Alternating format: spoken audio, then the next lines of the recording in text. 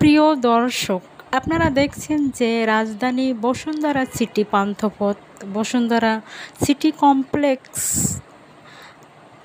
শেষ রোজার দিন বসুন্ধরার সামনে কীরকম অবস্থা এটা দেখানোর জন্য আমি আপনাদেরকে আজকের ভিডিও তুলে ধরলাম।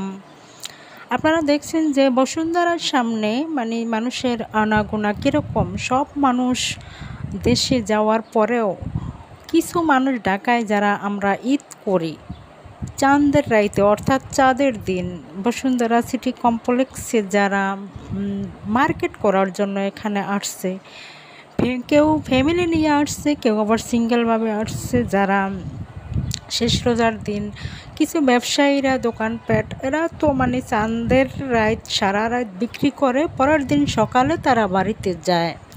এবং যারা ঢাকায় ঈদ করে তারা কেনাকাটা করার জন্য শেষ রোজার দিন বসুন্ধরা সিটিতে যারা আসছে।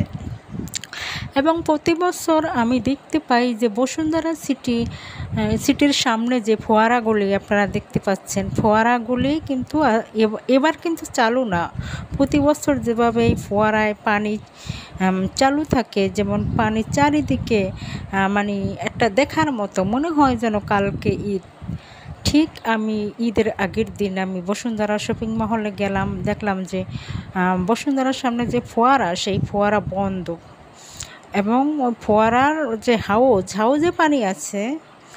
হাউজে পানি আছে ভরপুর, কিন্তু ফোয়ারা চালু নাই, বন্ধ। তো প্রতি বছরের তুলনায় এবার একটু অন্যরকম দেখতে পেলাম এবং আপনাদেরকে দেখার জন্য সুযোগ করে দিলাম যে বসুন্ধরা শপিং মহল এখানে তো সবাই মার্কেট করতে পারে না, এটা সাধারণ মানুষের মার্কেট না। এখানে যাদের টাকা আছে, বাড়ি আছে, গাড়ি আছে, অগণিত টাকা পয়সা যারা কোটিপতি তারাই বসুন্ধরা মার্কেট করতে আসে। এবং এখানে বসুন্ধরার ভিতরে যে কত সুন্দর, সেই সৌন্দর্য উপভোগ করার জন্য এখানে আসে। আপনারা যদি বসুন্ধরা সিটি মহলে আসেন যে কোনো দিন, শুধু ঈদের সময় না, ঈদ ছাড়াও যদি আপনারা এই শপিং মহলে আসেন তাহলে দেখতে পাবেন যে বসুন্ধরার সৌন্দর্য। একটা কথা আছে না যে ধনে ধন্যে পুষ্পে ভরা আমরে বসুন্ধরা। আপনারা সকল দেশের সেরা, শুধু এই কারণেই আমাদের বাংলাদেশটা সৌন্দর্য ফুটিয়ে তোলে বাংলার শুধু বসুন্ধরা।